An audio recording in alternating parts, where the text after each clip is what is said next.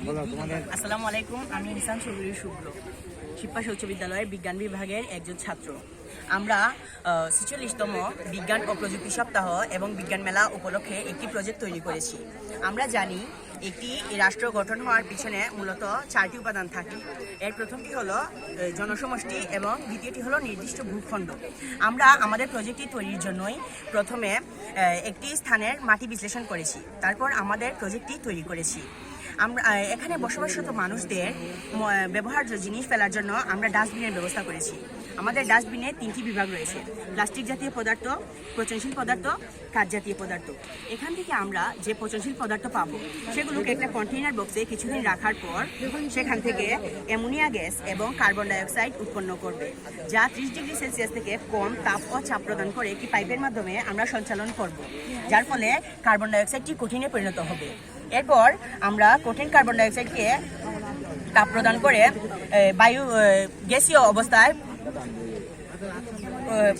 গ্যাসীয় অবস্থায় পরিণত করব। তারপর আমরা অ্যামোনিয়াম গ্যাসের সঙ্গে বিক্রিয়া করে এখানে প্রথমে অ্যামোনিয়া কার্বনেট এবং পরে ইউরিয়া সার উৎপন্ন করবে।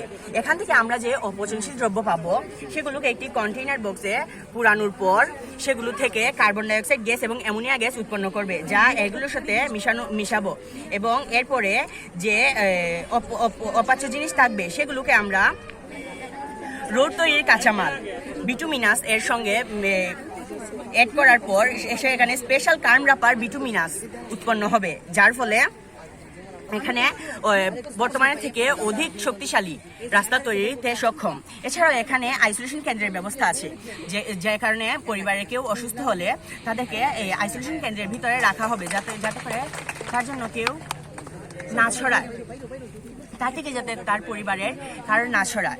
এরপর এখানে পোলট্রি ফার্মের ব্যবস্থা আছে। পোলট্রি ফার্ম থেকে আমরা মুরগির যে বিষটা পাবো সেগুলোকে মিক্সার চেম্বারে রাখার পর মিক্সার চেম্বার থেকে ডাইনেসনেস চেম্বারে আমরা একটি পাইপের মাধ্যমে চালাবো। তারপর সেটি ডাইনেসনেস চেম্বারে গেলে বাকি অংশ পানি দ্বারা পূর্ণ করে সেটি বায়োগ্যাসে পরিণত হবে। এই বায়োগ্যাস আমাদের ঘরে বিদ্যুৎ উৎপাদনে সক্ষম। তারপর এখানে গোয়ালঘর আছে। গোয়ালঘর থেকে আমরা যে গরুর গোবর পাবো তা একটি কন্টেইনার বক্সে রাখার পর বায়োগ্যাস উৎপন্ন হবে। তারপর সেটি থেকে আমরা মিথেন গ্যাস হিসাবে বাড়িতে রান্নার কাজে ব্যবহার করতে পারি। এছাড়াও আমাদের এখানে ধান খেতে সরাসরি সার বা কীটনাশক ব্যবহার না করে আমরা এখানে লাইটের ব্যবস্থা আছে। এখানে আমরা সাবান পানি ও কীটনাশক রাখতে পারি, যার ফলে পোকামাকড় সেখানে আকৃষ্ট হয়ে এখানেই পড়ে যাবে, যাতে করে জমির উর্বরতা নষ্ট হবে না। এবং এখানে পুকুরের পাশে আমরা ড্রাগন গাছ লাগিয়েছি, যার ফলে ড্রাগন গাছ হচ্ছে একটা জাতীয় গাছ। এতে কাঁটা থাকে এবং কোনো পাতা থাকে না, যার ফলে পুকুরের পানিতে কোনো পাতা পড়বে না এবং পানি দূষিত হবে না, মাছের অক্সিজেন নিতেও সমস্যা হবে না। ধন্যবাদ। আসসালামু আলাইকুম। অসংখ্য ধন্যবাদ।